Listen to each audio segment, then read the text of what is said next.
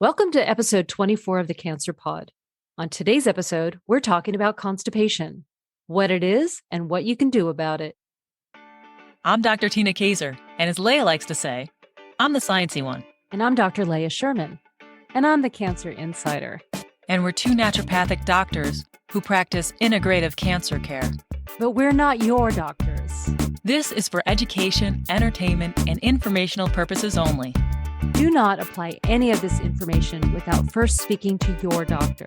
The views and opinions expressed on this podcast by the hosts and their guests are solely their own. Welcome to the Cancer Pod.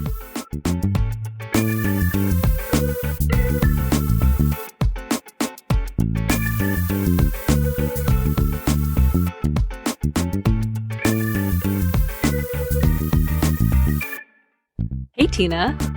Hi, Leah. We're moving on to number 2. We're moving on to number 2. I like it. I got it. Yeah. So this is our second in a series of episodes where we talk about bowel movements. Or lack thereof. Or lack thereof. Yeah. So we're talking constipation. All right, let's do it. Yeah. What is constipation? And then we're going to talk about some integrative approaches to managing it. And then we'll wrap it up with some pharmaceutical and over-the-counter. And we're not starting with the pharmaceutical because a lot of people, they get the prescriptions and stuff. So they're kind of familiar with those. But so we thought we'd start with the integrative. But before we do, Tina, what is constipation? There's the commonly accepted definition, bowel movements less than 3 times weekly. But patients will perceive constipation and report constipation if there are symptoms that suggest a slowing down. That could be straining at defecation. So there's just difficulty passing stool. It could be that the stools are dry. It could just be distension, a feeling of discomfort. Like bloating. You're talking about like a bloated feeling. Yeah, like things aren't moving, a sense of that. And so there's distension, bloating with that. And of course, the infrequency. So if someone's going less than every day, generally speaking, that is what we naturopaths consider constipation. A lot of people are used to not going every day and they go every other day. They come in and report they've always gone every other day or even every third day.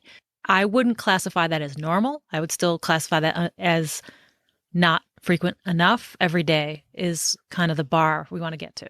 And as we have mentioned previously, especially during active treatment, making sure that those bowels are moving, but not too much, because it's helping your body to naturally eliminate the residual stuff that goes along with getting chemotherapy.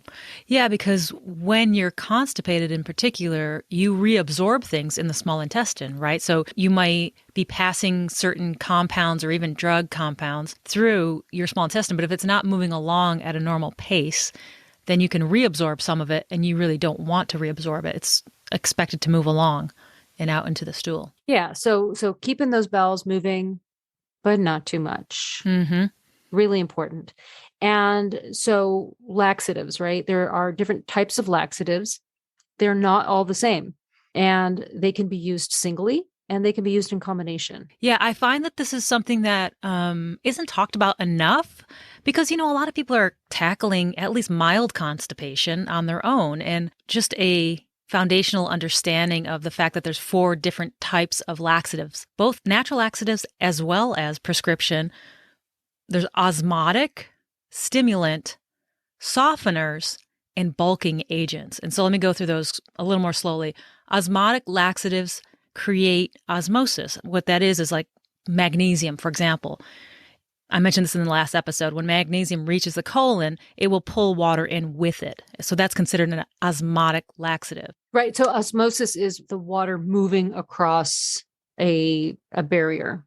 Right. So osmosis is the water following the solute particle, which in this case is magnesium. There's stimulant laxatives, and so this goes under stimulation of the muscles of the colon to tell the food to move along, right? So this is the Senecot and such. And then there's softeners, and softeners are separate from the osmotic laxative because softeners work more like a detergent does in softening the stool itself in the colon. bulking agents are things like that Metamucil. Hmm. So a bulking agent is literally exactly what it sounds like. It creates bulk to the stool. And when stool has bulk to it, it pushes on the walls of the colon, and that's what gets the colon stimulated to push it along, assuming it's capable of that. I mean, there are drugs that stop that muscular reflex, but in general, if everything's functioning normally, a bulking agent will cause the stool to increase in caliber and be pushed along because you stimulate that reflex. Yeah. And I think that going back to the first in the series where you talk about the anatomy, and I think knowing, the anatomy and physiology just in a really basic level helps someone to understand the types of laxatives and their actions. Yeah, yeah. And it lets people know that if one doesn't work, you might want to change the type of laxative or combine it with another type. Yeah, the combination is really important. That if you are having hard stool and then you have that bloating feeling that, things aren't moving, you can do a softener and then add a stimulant. Exactly. Yep.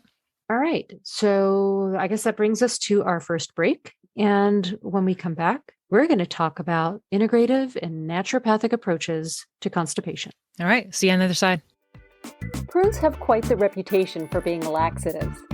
They not only are great sources of insoluble fiber, they also contain sorbitol, a naturally occurring sugar that has an osmotic laxative effect.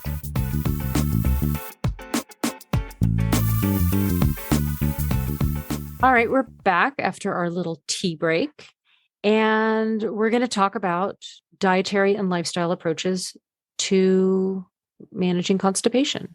Mm-hmm. Mm-hmm. And hydration, which we mentioned in the first episode, hydration is so important, and it can be one of the hardest things to maintain while going through treatment. Yeah, and I always think of hydration or dehydration. The connection between dehydration and constipation is interesting because when you think about why you're putting fluids in your mouth, it's to get to your bodily tissues. And so that gets priority over consistency of stool. In other words, your body needs the water, so it's going to go take it from the colon. If there's not anything left over, then your stools are going to become difficult to pass because they're too dry. And one of the really common things that I hear from patients is like, oh, well, I don't like water. I don't want to drink water. Water tastes bad. And hydration doesn't necessarily have to mean water. Mm-hmm. And especially in treatment, it's finding those little tips and tricks to maintain hydration, to be able to not only hydrate your whole body, but also your bowels and, move that stool along. Yeah. So you're talking about things like adding lemon to the water and changing the taste of it? Sure. Or having maybe some mild herbal teas, drinking broths, Mm-hmm. Popsicles, if you can tolerate popsicles, if your treatment doesn't make you sensitive to cold. Mm-hmm. Popsicles are a great way of getting hydration.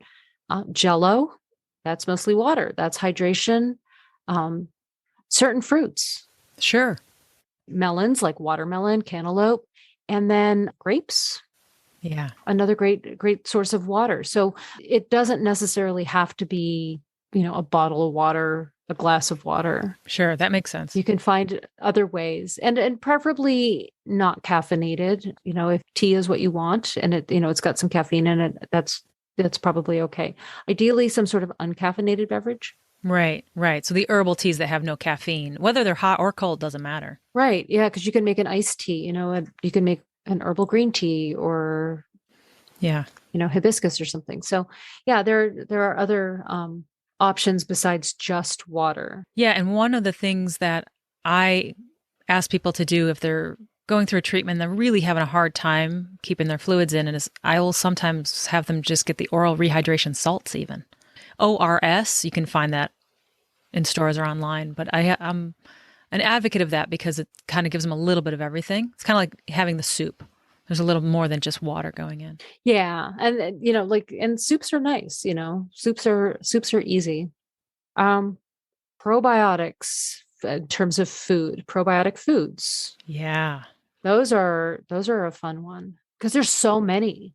There's so many available. And if you tolerate dairy, I can say that what I have observed in patients is that yogurt is fine. Yogurt is great. And if you tolerate it, try some kefir as well. Kefir has a larger variety of bacterial strains in it. So I have noticed in my observations that kefir can help keep people regular who are, yogurt's not quite enough to do that for them. What do you know about kefir water? I've never had that. I've seen that advertised. Like, It's delicious. really? Because I don't do kefir, Yeah. So which is weird. It's an acquired taste, and it's not something I have quite gotten used to. But what's kefir? Yeah, kefir water. Talk about that. So kefir water, there's all sorts of flavors out there right now. There's mango and pineapple and all these. I think they're widely available now. But it's basically the organisms you would make in the kefir with the dairy, but in water. So it's dairy free. They're very tasty in my mind. Oh, nice. I'll have to try it. One of the things that helps is just a large variety. I think a diversity of strains helps in general, whether it's kefir or something else. Yeah, and I do recommend that if somebody is eating yogurt, mix up the brand sometimes because there will be different strains. Try to mix in if you like sauerkraut. Beet sauerkraut is like one of my favorite foods. So delicious. And then you can find there's some products that are like sour cream or, other dairy products that have probiotics added into them. And then it'll say it on the label. Mm-hmm. Generally, the word on the label is cultured. So when it's dairy products, it'll say cultured sour cream or cultured. Yeah, and cultured butter is pretty tasty. So just trying to, incorporate as many probiotic foods as you can. Sometimes that can cause bloating, which if your bowels aren't moving, you may experience more bloating. So just be aware of that. So probiotics kind of leads us to their friends, the prebiotics. The substance formerly known as fiber. Right. The shape and size of your stool can provide valuable information on your gut health. To relay this information to your medical providers, there's a visual tool called the Bristol Stool Chart that can help you describe to your medical provider what you saw at home. So fiber is really important for helping to regulate our bowels, as we've discussed. And we'll go into this with diarrhea as well. But, there are two main classes of fiber. You've got the soluble fiber, which slows down the bowel movements. And then you have insoluble fiber, which speeds it up. So knowing which fibers you're taking in, depending on how your bowels are going. So if you are eating a lot of the soluble fibers and you're having issues with constipation, maybe swap those out for the insoluble fibers. Yeah. And so just the term soluble versus insoluble is literal. So it's just so people understand what we mean. So I always use an apple as an example. When you look at an apple, it has soluble and insoluble fiber, a whole apple. The peel is insoluble. It does not dissolve. You cannot dissolve it. You could boil it in some water for as long as you want. It's really not going to dissolve readily. The inner aspect with all that pectin is soluble, right? And so you can imagine applesauce. It's very soluble. It kind of falls apart. It's soft and it dissolves. And that's what we mean by soluble versus insoluble. It's the peels generally. It's the seeds. It's the fibrous parts that would be left over. The part that gets stuck in your teeth if you're biting into a nectarine or a peach. Those are insoluble parts of it. The soluble part is the part that would turn mushy and get all soft. Okay. That's a good explanation. It also explains why what you're saying happens. Those insoluble fibers don't dissolve in our system, and they go down and they kind of stimulate the inner aspect of your colon as they work their way through, and they stimulate movement by mechanical stimulation. So that is the insoluble fibers do that, like the metamucils as well. Yeah, I think of it as like scrubbing. I think of them as like colon scrubbers. And, having that hydration on top of consuming those insoluble fibers is really important, or else they're not going to move. And you might contribute more to your constipation. Right, right. This is another scenario where nature makes it just right, right? So they usually come in combination in nature, soluble plus insoluble. They often occur together. So you have exactly what you need in the whole food. Yeah. Another thing which we touched on in the first episode is lifestyle, right? Recognizing those signals that you have to go and not trying to hold back. So knowing when your body says it's time to have a bowel movement, trying to find a bathroom. And again, that's hard because it's so unpredictable when you're going through treatment. Yes. Yeah. But if you hold a bowel movement, it will go away, right? So everyone knows that if you don't go right away or you don't listen to when nature calls, then the reflex will leave for a time, whether that's hours or a day or whatever it's going to be. So listening to it, yeah, I'm with you. That's essential. Definitely. Yeah. Definitely not ignoring any urges to go.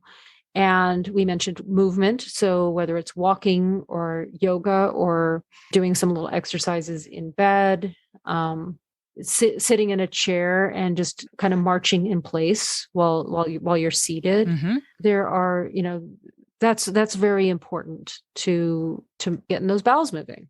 Yeah. And, if you think about it, toilets have only been around for so long. We used to squat in a full squat position. In many parts of the world, they still do, where they don't have toilets or there's a different type where they just squat. They don't have the porcelain thrones that we have that we're used to. Right. In some ways, the toilet itself is not a natural position to be in for the human body to have a bowel movement. So sometimes the footstool that they can put in front of the toilet that brings the knees higher than the pelvis. Squatty potty, the squatty potty. The squatty potty, that's what they call it. Those, I have had patients say that those are life-changing. Yeah, it makes sense, right? Because we're keeping more with the natural anatomy of the body for a bowel movement.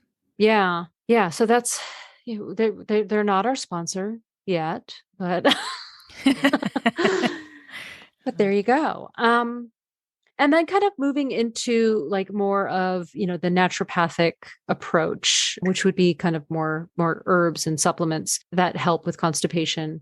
Aloe is a big one. Yes, and aloe could be used in two ways, right? You can use just the inner gel or the inner leaf fillet, Mm-hmm. or you could use the whole leaf.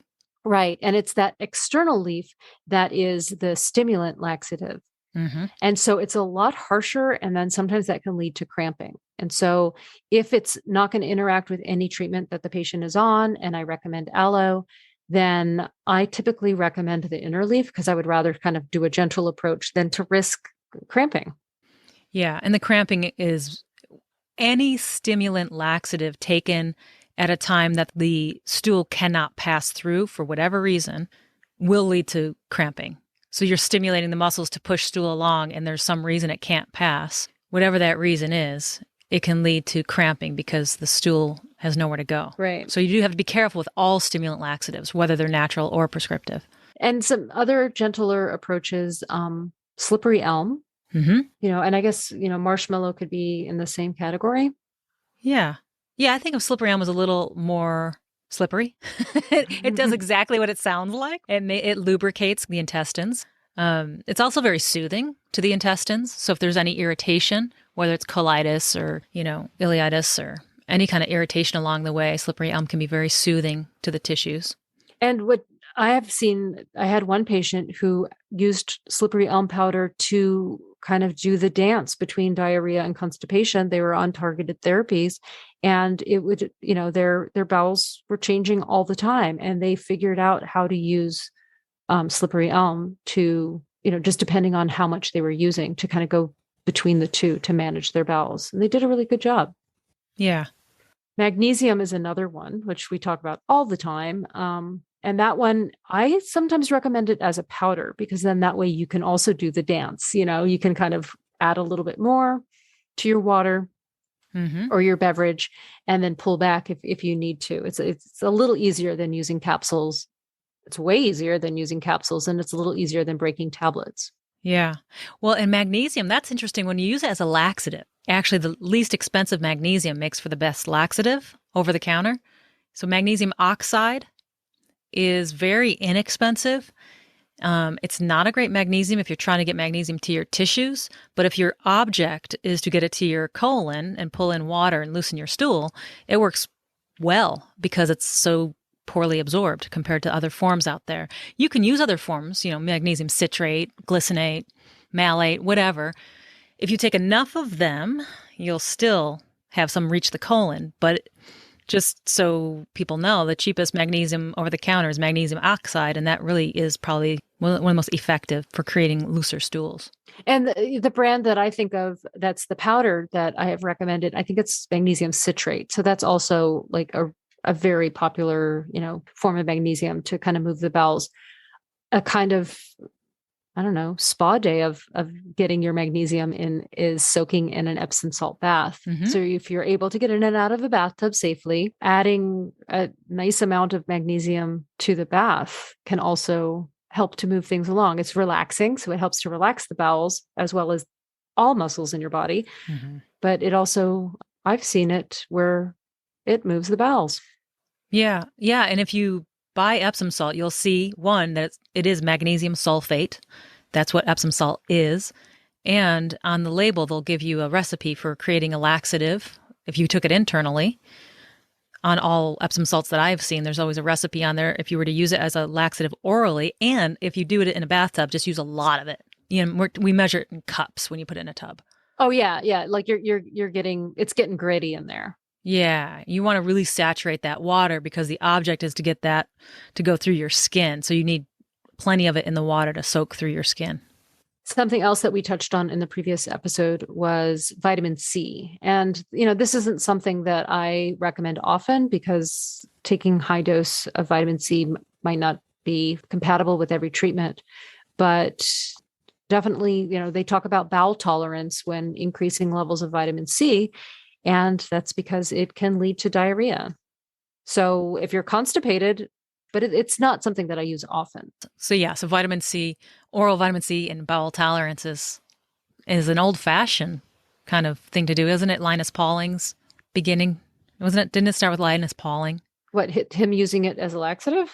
No, to bowel tolerance. Oh, maybe. Advocating use to bowel tolerance.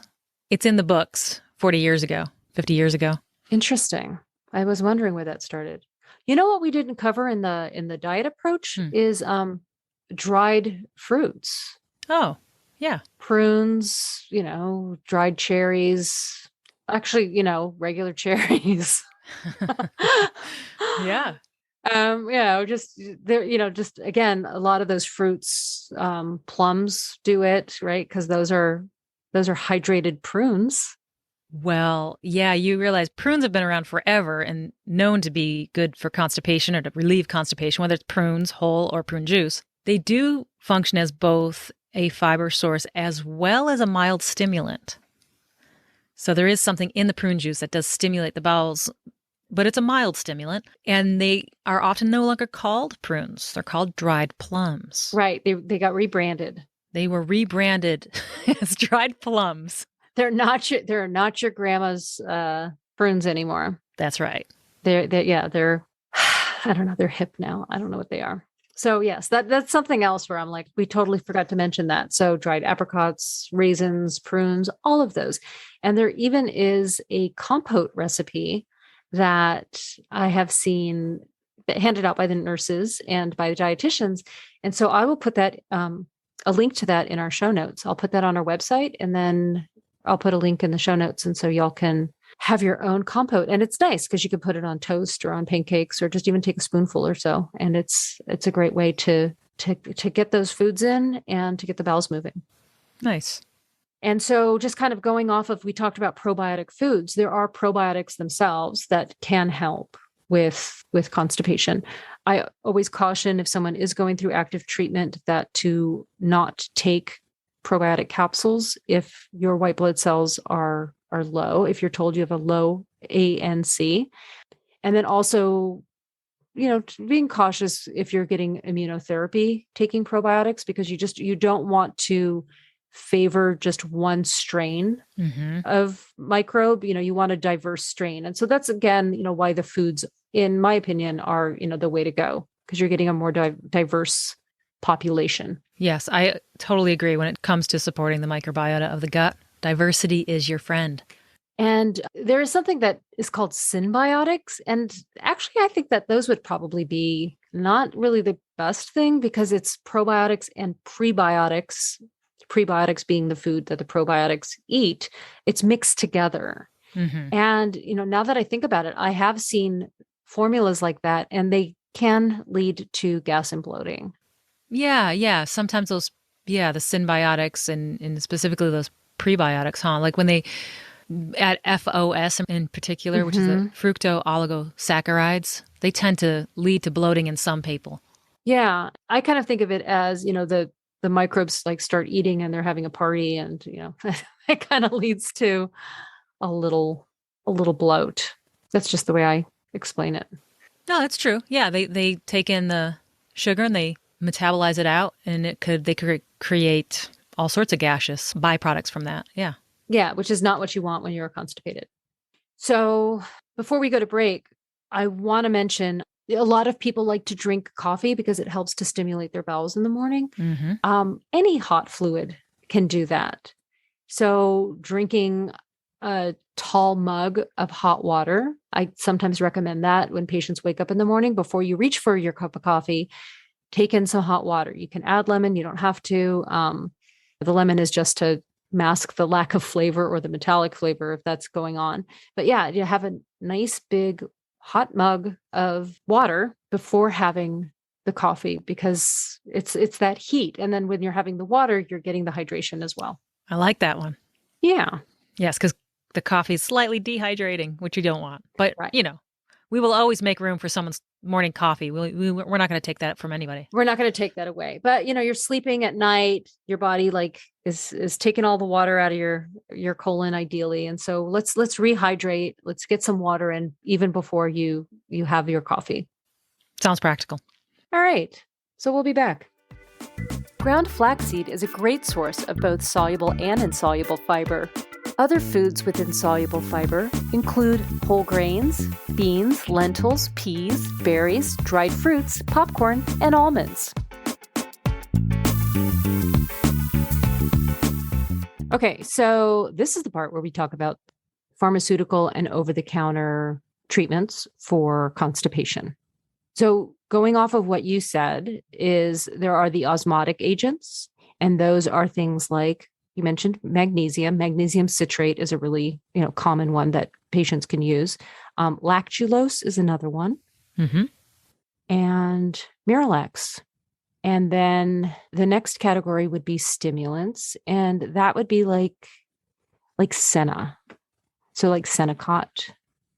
I guess like in natural, Cascara, is the other one, right? Yeah. Yeah. That kind of combo that people will see in those teas, like Smooth Move tea. Yeah. Yeah, exactly. Like that, those are the stimulant laxatives. And then you have the stool softeners, which would be like Colace. And then finally, there are the bulking agents, which, it's mentioned in natural as well. Psyllium, which is Metamucil. And then Citracel is the other one. And that's methylcellulose, I think. And the thing with the bulking agents is those you have to be really cautious if there's any suspicion of obstruction. And then also it's not really recommended with opioid-induced constipation because it can contribute to constipation as well, and make things a little worse. And so I don't usually recommend those. If somebody comes in and if they're taking a fiber supplement or Citracel, just like for their daily management of bowel movements, we'll definitely dive into diet and see what can be modified, discuss hydration, and then maybe switch them to another one or a combination. You'll often see like a stool softener and a stimulant, or the osmotic agent, because you need to soften the stool and then you have to move it along. Right. So, yeah. So the Senokot S, Senokot spelled with a K, and then -S, S stands for softener. Yeah, they've got those combo ones. And then you can also do the combination yourself, which I kind of like because that way you can kind of control when you need what. It's kind of it's a dance. Yeah. And I would say if people are, to talk to the doctor, of course, but the ones that are least likely to cause trouble are the softeners and the osmotic laxatives, things that soften the stool more so than anything else if it's just, episodic constipation. Yeah. So, and those stimulants can really cause cramping, which just adds another layer of discomfort. Yeah. Oh, I do want to mention there is another category that is the prescription, mostly prescription category. And that would be the ones that are specific for like the pain medication, the opioid induced constipation. And those are things like Relistor or Movantik. Yes. Specific to those opioid induced constipation states. Yeah. Yeah. All right. Well, I think that covers. Yeah. I mean, that's just like kind of like, I guess with most of my patients, they use a combination of natural and over the counter. Mm-hmm. Yeah, I often put it into like different categories. So here, this is what can keep you regular, prevent constipation. Here's what you do if it's episodic constipation. And then during treatment, it's very different and we're more aggressive during treatment time. So if it's treatment-induced constipation, then I get more aggressive. And usually pharmaceuticals are needed for that. Mm-hmm. And pharmacists are a great resource. Yeah. And, oftentimes the oncology nurses have protocols as to, like it's a little algorithm, like, if this is what's going on, then try this and then add this one in. And so, that's a good resource too. Mm-hmm. All right. Jinx, you owe me a Coke.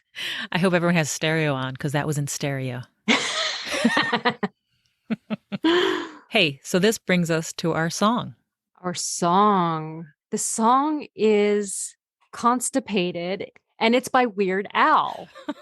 So Weird Al, he does the parody songs, right? Mm-hmm. And this is a parody of Avril Lavigne's Complicated, but it's constipated and it's perfect. All right. I do these searches for songs, and who knew that there were actually several songs about constipation. So, okay. So the second runner-up is also a Weird Al song, and I think it's called Won't Eat Prunes Again. And it's the Who song. Of course, yeah. Won't be fooled again. Yeah, won't eat prunes again. So that's the second runner-up. But we're going to stick with Constipated as our unofficial theme song. Perfect. Yeah. I'll be embedding the video on the website and putting a link on in our show notes. Sweet. Yeah. So this is the part where we ask people to share, like, and subscribe. Oh yeah, that part. Yes. Yeah. So if you hear something and you like it, share it with a friend you think might benefit from it. This is kind of like if you see something, say something, but only it's if you hear something and you like what you are hearing, say something. Yeah. Let us know. Let us know if there's something you have questions about that we talked on. Maybe we didn't go into depth on it, but you want to know a little bit more. We're on social media, right? We're on Facebook sometimes. You're laughing. I'm laughing because I think we really are bad at this part. I know we are. We're on Facebook and Twitter and we're on Instagram. And those are great places to share this information. I know we're not really like good at pushing ourselves. Solicitation in general is not our thing. No. And speaking of solicitation, I think I say salacious. Okay, let's go on. We're not done yet. Speaking of solicitation, we also have a Buy Me a Coffee. So anything that you want to contribute helps us in terms of finding producers or editors or someone to run our social media for us. So because this is all grassroots right here. It'll give us more time to focus on this valuable content. I feel now like we've moved into the NPR asking for money stage. Yeah. I think we lost everyone by now. We're going to keep talking. No, we didn't lose everyone. They've already changed the station. Nobody's listening anymore. I never listen to those fundraising. I know I'm so bad. Anyways, on that note. Wait, if we're moving to our NPR, should we put on our NPR voices? Okay. On that note, I'm Dr. Leah Sherman. And I'm Dr. Tina Kaiser. And this is the Cancer Pod. Until next time. Thanks for listening to the Cancer Pod. Remember to subscribe, review, and rate us wherever you get your podcasts. Follow us on social media for updates. And as always, this is not medical advice. These are our opinions. Talk to your doctor before changing anything related to your treatment plan. The Cancer Pod is hosted by me, Dr. Leah Sherman, and by Dr. Tina Kaiser. Music is by Kevin MacLeod. See you next time.